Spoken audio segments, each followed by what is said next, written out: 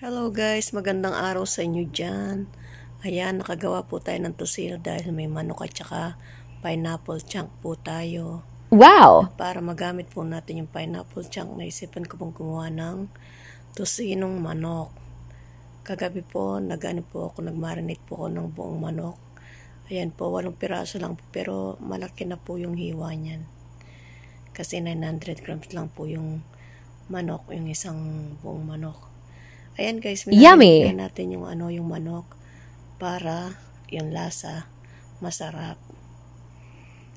Ayan, tapos kanina pinirito ko guys, pero hindi ko na siya nilagyan ng tubig guys. Bali yung pinangbabad ko dyan, pinangmarinate ko siya, yung nilagay ko sa kawali.